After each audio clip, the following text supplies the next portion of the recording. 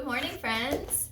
Welcome back. I have a very simple activity for us to do this morning. It's just a very simple lacing activity, or you could call it weaving. You could do it a couple of different ways. I have an assortment of different options and materials to show you, and maybe you can try and find some of these items at your house. I'm starting with this cool grid pattern. I just happened to find this in my house and I thought, this would make a really cool activity to do with lacing. So I have this, or you might recognize this. This came from my kitchen as well. This is for cooling cookies when they come out of your oven. This also has the grid pattern. You could try doing some lacing on something like that.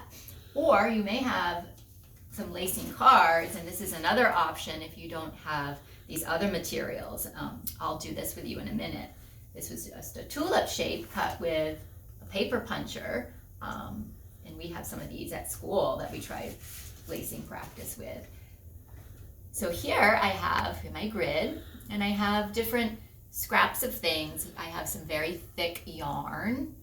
I have some shoelaces, which are great for lacing.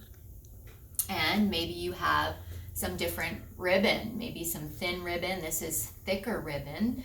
And yeah, you could just try threading some of these different materials through your holes of whatever it is you may find. This is just great practice because you're learning how to go in and then back out of different holes. So this is kind of more of like a weaving technique. And then you could do different materials. I have a piece now, this thicker piece of yarn that I just taped a piece of tape around to make it a little bit easier to grasp.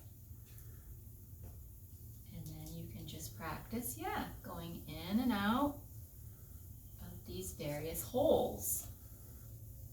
And it then makes it very colorful. You might practice with smaller pieces of material at first, your string or your yarn or your ribbon. It might be easier for you to use smaller, shorter pieces at first, but then you could work with just more and more and fill up the spaces of your surface.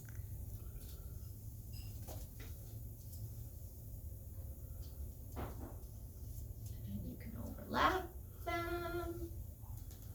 So yeah, this is just like a weaving technique that's kind of fun to do, and it's helping you with your fine motor, and that's kind of fun.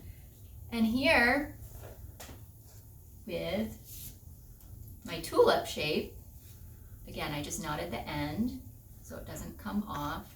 You can practice trying to follow the holes of the outline here, and it would give you good practice, a good starting practice for doing some lacing shapes. So you can try going up and down, and up and down. Or you can try staying on the outer edge of your shape and just going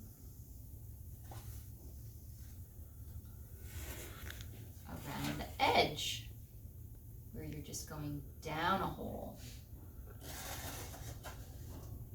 But I'm still following the edge of my flower shape here.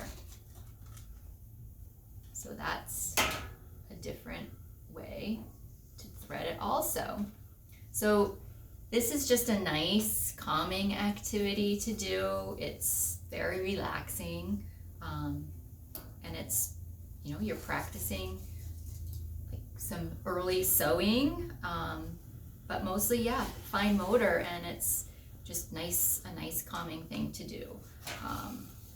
So I'm going to finish my lacing here, and perhaps you can find some different materials in your house to do and just have a nice calming experience and have fun with it. So thank you, and I'll see you again next time.